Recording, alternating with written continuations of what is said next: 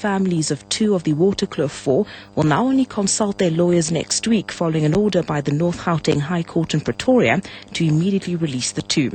More police are to be deployed to monitor the situation in Bapong near Brits in the northwest after a man was killed and another wounded when police opened fire on protesters. It's alleged that angry residents went on the rampage on Friday night, throwing stones at police and passing vehicles. 3 vehicles were damaged. The protesters accused the Lonmin Platinum Mine on reneging on its initial agreement to hire local youths. Police spokesperson Tulani Ngobani has more. Yes, we're likely to patrol the area for the entire weekend, and our patrolling and also intensifying our forces in terms of force levels, deploying more police officers there, is also determined by the levels of what we see in the community. If we see some stability, then we guide from a very minimum force. If we see that there is control. ANC Deputy President Kgalema Motlanthe has applauded the efforts of 4 members of an organization who climbed the highest mountain in Africa, Kilimanjaro, in honor of the ANC, which will be celebrating its centenary next year. The 4 businessmen were welcomed back to the country by their families and ANC officials at the R. Tambo International Airport last night.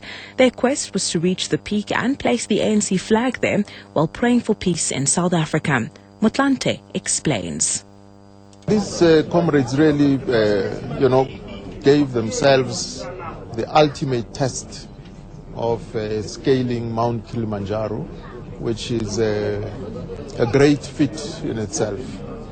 And we are grateful that they are back and that they were able to unfurl the flag of the ANC in celebration of its centenary at the summit of Mount Kilimanjaro.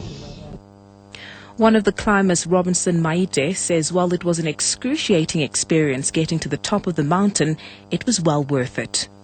We had thought that this was a fitting tribute and honor to the founding fathers of the ANC. It's a matter of pride for us to stand here in front of the leadership and members of the African National Congress and say we hope that we have contributed to the process of celebrating this 100 years and to make sure that the traditions, values, culture, ethos of this movement will continue into the future.